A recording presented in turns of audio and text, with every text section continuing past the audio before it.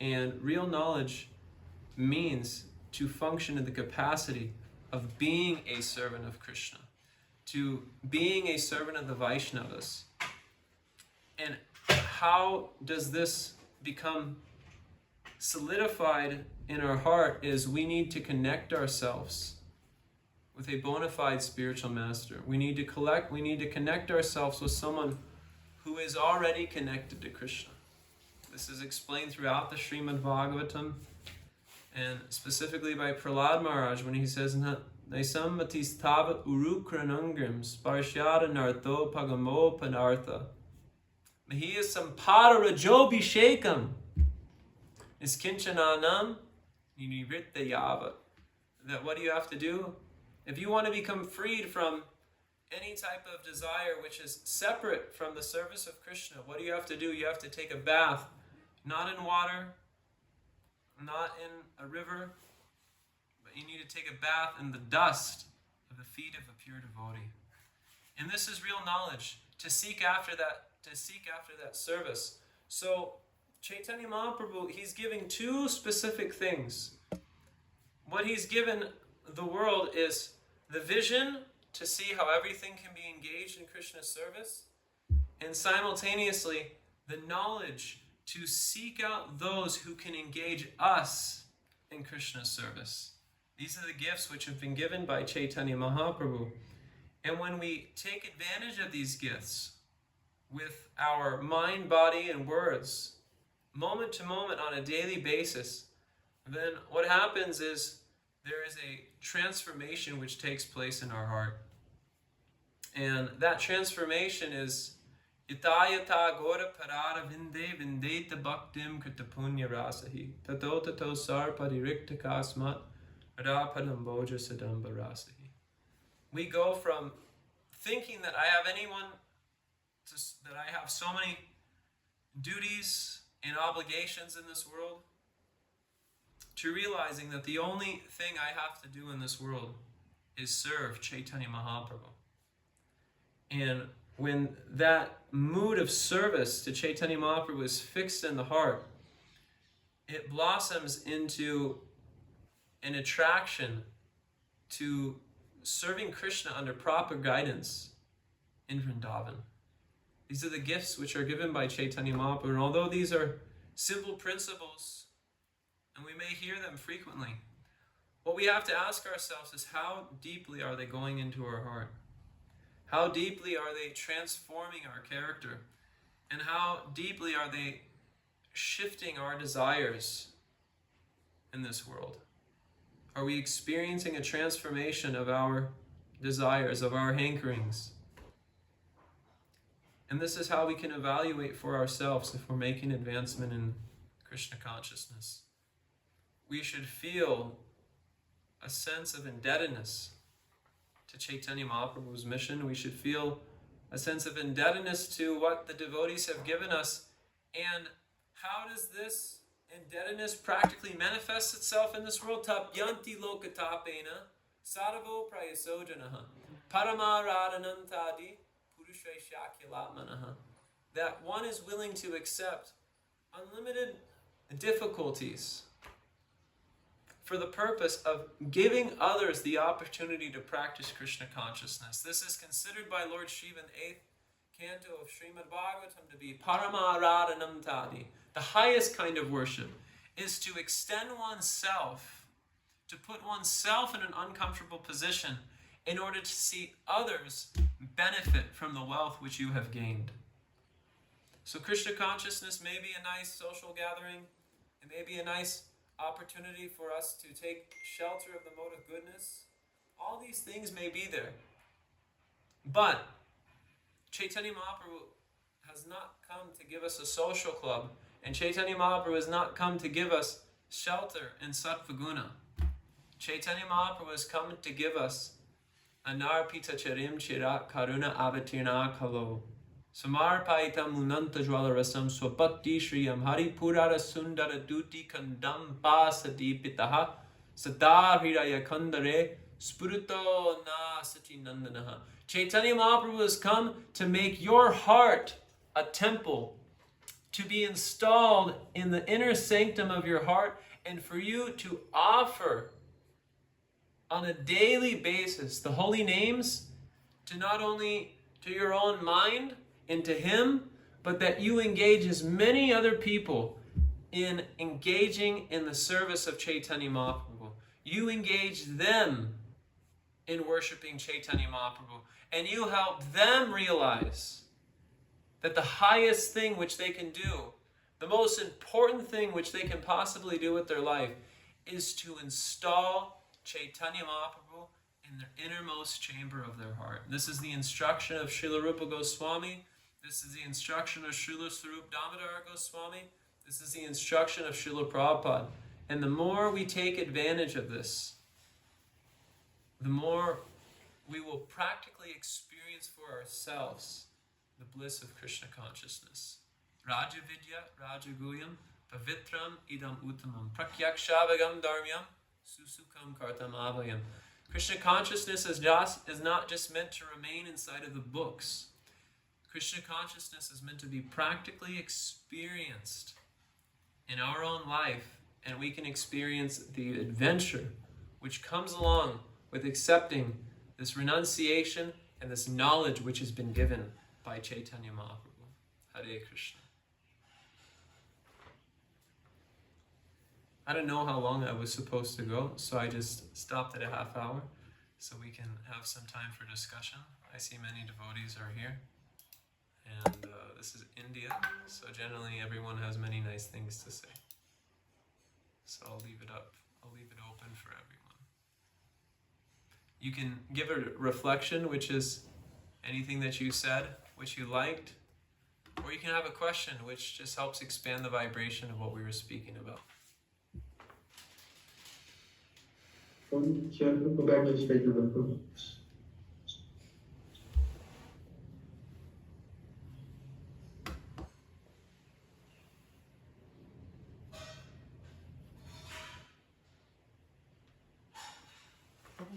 I have a question.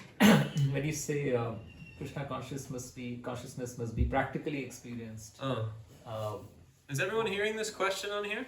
Yeah, when we are looking at understanding how Krishna consciousness can be practically experienced, and the devotees at the ashram base are going to go out in the world, do their regular jobs, and you also mentioned that duty, our prime duty and Nitya Dharma is to create that sanctum space for Chaitanya Mahaprabhu through the Mahamantra.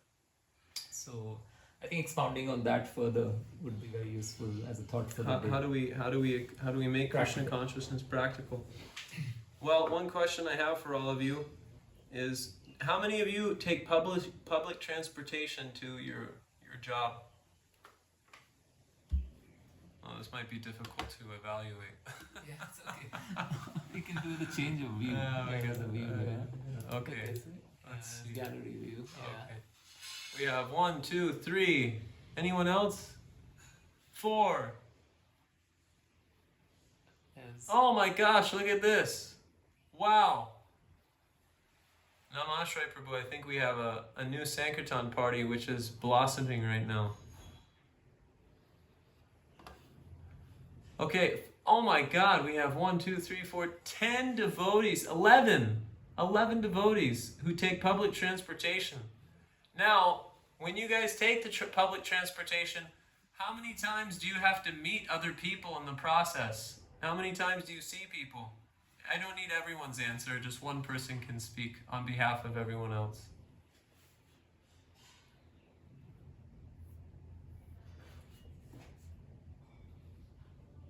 One person can speak on behalf of everyone? Hare Krishna. Yes, bro. You meet people, right? Yes, bro. Adbhuta Anjanam Das. What Anjanma. You have to meet people. And so what does that mean? When you meet people, you should have something to give them. Krishna consciousness is about going out and giving Krishna consciousness to other people. So even though you may feel, oh, Prabhu, I'm working in a job, this and that, but it doesn't matter. Because if you see people on your way to work, you should come prepared to meet with them. And how can you come prepared? you can come with books, you can come with prasadam, you can come with invitations to your programs, and you should make it a point to be an ambassador of goodwill. You should make it a point to be an instrument for Chaitanya Mahaprabhu. And this will bring the mind beyond the devastation of dealing with all the mental impressions we have to juggle on a daily basis from previous activities, from current activities, from future activities. The mental impressions, they really pull us away from being attentive to the holy names. I know, because I'm a practical experiencer of such a thing. So, but if we have a higher purpose, if we have something worth living for, if we have a mission when we're going out to the office, when we're going out to wherever it may be, if we have a mission, and what is that mission? To give Krishna consciousness to other people, then when we're chanting, we won't be juggling all the impressions of our mind, but we will be praying for Chaitanya Mahaprabhu to make us an instrument. And Chaitanya Mahaprabhu will reciprocate personally with that prayer. Krishna is responsive. That is mentioned by Srila Prabhupada in the Krishna book, that Krishna is responsive. So tesam satata yuktanam bhajatam priti purvakam dadami buddhi yogam tam yedamam upayantite. That when Krishna sees that you have a desire to want to serve him, he gives you the intelligence from within. And this is how one can come to practically realize the presence of the Supreme Personality of Godhead. This is how one can come to actually be associating with Krishna on a daily basis. Bhagavan sarva bhuteshu lakshita swapmana harihi dristir buddhyadi birjasta lakshanar anumapakai. That through hypothesis and through introspection, one can come to see that I am existing, and that my existence and my ability to go about this through this world, the intelligence which is needed for me to operate within this world, that's being given by Krishna. This is explained by Srila Prabhupada in the third to last purport of the second chapter of the second canto of Srimad Bhagavatam. If you don't believe me, you can have a look yourself. Prabhupada gives a meditation by which one can see for themselves how they are existing and how their existence is being guided by intelligence which is beyond themselves. So when you go out with a mission to give Srila Prabhupada's books, to give prasadam, to give invitations, to however you're going to engage people in Krishna's service, you can see for yourself how Krishna is guiding you. And you can just be detached, even if people reject you. It's not in your hands. Krishna is guiding the activities of the Sankirtan movement. And when you pray to be an instrument, Krishna will engage you in such a way that you can make miracles happen. Really, you can make miracles happen. As Chaitanya Mahaprabhu was able to make each village which he would go through chant, and then the people who would come in touch with him, they would also begin to chant. In the same way, if we just go out and we try to be an instrument, you'll see that your activities, they have an effect on society. And this makes Krishna consciousness real. You see that Krishna is there. And when you see that Krishna is there helping you in your service, then it makes you want to do more, because you realize that Krishna is a person, I'm a person, and there's an active relationship here. And that relationship is functioning on the basis of service. Is that okay? Yes, Prabhu. Okay.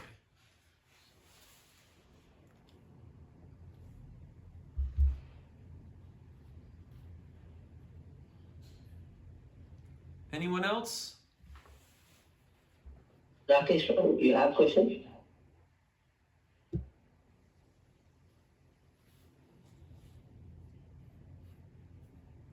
Hare Krishna, Prabhu. Hare Krishna. So, Prabhu, I had a question. So, Prabhu, as we see in India, there are a lot of devotees who are already knowing about Krishna, and else. But here you are in San Francisco, San Jose, and all those countries, and you practically have no understanding about Krishna. So getting from that to this where you're having red robes, so that's a very big transition in terms of in one lifetime, if I say, and in a very single age. So just wanted to know and learn from your experience, what was your turning point that so because we learn about Krishna consciousness a lot here and there, but we don't get that level of commitment or that level of intensity in Krishna consciousness. So want to understand how did you develop that and some turning points which you kind of with some practical Srila Prabhupada teachings or things that kind of shifted you uh, in that direction or intensified your Krishna consciousness. I would say that one of the biggest turning points in my Krishna consciousness was when I first met Radhanath Swami. I think that had a huge effect. I was just a student at that time. I was already practicing. I was chanting 16 rounds and I was quite motivated to be a devotee. But when I met Radhanath Swami, I think that was the first time I saw someone, or I was seen by him, and I had a sense that this person realizes that they're not the body. It was quite clear to me. Another huge turning point in my Krishna consciousness was the first time I met Bhakti Charu Maharaj. And I would say this verse that I quoted in the class, Aisammati stava uru kranangim sparshada nartho pagamoya artha. Mahiyasam pada rajobi shekam niskinchananam vrinanita yavat. This verse comes in the prayer in the instructions of Prahlad Maharaj. Right after he says, Matirna Krishne Paratasvatova, Mitopi Padyeta Grihat Vratanam, Adanta Gobir Vishatam Tamistram Punas Punas Charvita Charvananam. That even those people who have taken a Griha Vrata, they have taken a vow to enjoy this material world, if they get the association and they take a bath in the Padarajobhishekam, the feet of a devotee, even those people, they can have a transformation of heart.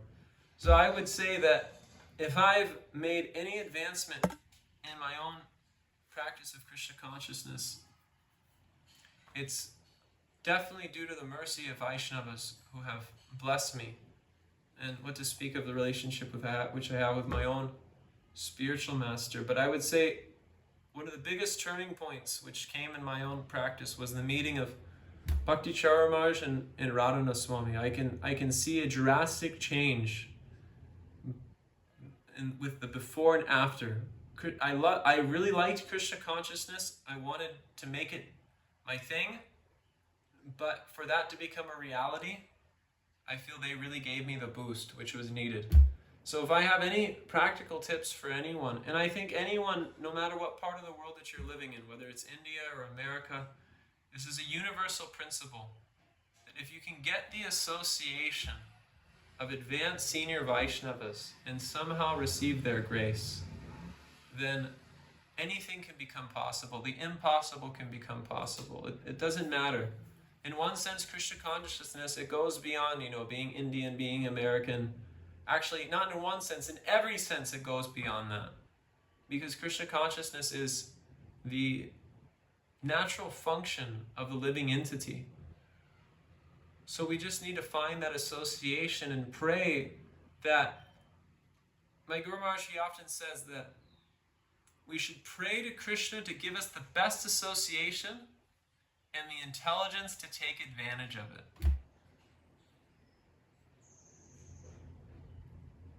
I hope that helps. Yes, Pujan, very much. Can you just elaborate more on the intelligence part that you mentioned, because that is very important, because we get a lot of association probably, but we don't have that intelligence to kind of cash upon that opportunity. Well, I would say intelligence means approaching these devotees in the mood we see Rupa and Sanatan Goswami approaching Chaitanya Mahaprabhu. Nicha jati nita sange patita adam kubisai kumbipare ghainu dhanama. That Nicha jati nicha sange patita adam. That look at my horrible birth, look at my horrible past association. Nicha jati nicha sange patita adam. I'm always in a fallen position. Now, Rupa and Sanatan Goswami, if you say, well, I come from a very aristocratic background, I had very good parents, this and that, I've done this, I've done that. Even if you say all those things for yourself, whatever your portfolio, whatever your resume, it's never going to stack up to the portfolio and the resume which Rupa and Sanatan Goswami had. They were coming from a very aristocratic Brahmana family. They had received a position in the government. They knew like at least 6 or 7 or 8 languages. They were practically functioning as the prime ministers of the Nawab, because the Nawab was more or less a warlord, and all the administrative activities were being conducted directly under Rupa and Sanatan Goswami. But still, they're approaching Chaitanya Mahaprabhu and admitting their fallen position. So, how do we admit our fallen position despite the fact we may have qualification? We admit our fallen position that saying, even though I have such a qualified background, even though I've received the association of devotees, the so-called beggar on the street who seems to be in the most fallen position, he hasn't received the association of devotees. But I have received the association of devotees, but still I'm not taking advantage of it. And in this way, Nicha jati nicha sange patita adam kubisai kumbipade goinhu janama. This is how we see ourselves as being in a fallen position in the midst of these great souls. If we heartedly feel this way, if in the core of our heart we feel this sense of disqualification, then you'll see those souls will grace you in their words, in their example, in their interactions.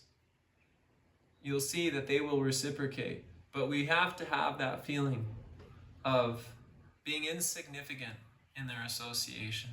And that association will invigorate us. It's just like if you have a bottle and it's filled up. If it's filled up, there's nothing to put inside of it.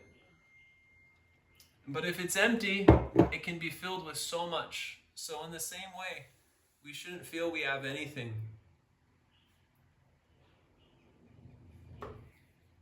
Is that okay?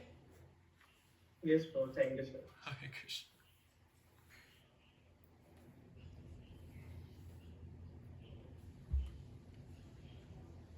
Namaste, Prabhu. When do they need to go to work? I don't want to hold them up.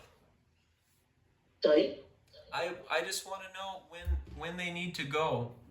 I don't want to hold them up for their occupations and activities and duties. This is why I just given this topic, Prabhuji. The bliss of renunciation. They shouldn't go back to work. After this class, who needs to go back to work? Let's just go out and distribute books all day. But I thought maybe, not maybe, but definitely your words and your association will help them to get to taste this bliss of renunciation. So very wonderfully, Prabhu, you have explained from so many references from the Shastras, so much with your deep realizations and your personal realizations with His Holiness Radhanath Swami Maharaj and His Holiness Bhakticharya Swami Maharaj. So, and with His Graceless Asika Prabhu also. So very thankful to you, Prabhu. You took out your time. I was worried that you would be in jet lag and you may find it difficult to give this session. Although we wanted your offline association, but after when I got to know that you are reaching today morning only, so I was thinking what to do. but still you make it, and very enthusiastically with so much references, with your deep realizations. So thanks, Prabhuji, for taking out your time and sparing us, and giving us this opportunity to hear from you. So we thank you, Prabhu, by loudly chanting Hare Krishna Maha Mantra. This is the only thing which we can give to you. I just heard, if we have to do something best for someone, and if we are uneligible, unqualified for this, if we are not able to understand what to give, what to do, what not to do, then Hare Krishna Maha Mantra is the only way we can thank them or we can give something in return. So we chant Hare Krishna Maha Mantra to thank His Grace Devavrata Prabhu while loudly chanting Hare Krishna Maha Mantra. Hare Krishna, Hare Krishna, Krishna Krishna, Hare Hare, Hare Rama, Hare Rama, Hare Rama, Rama Rama, Hare Hare. Thank you, Prabhu.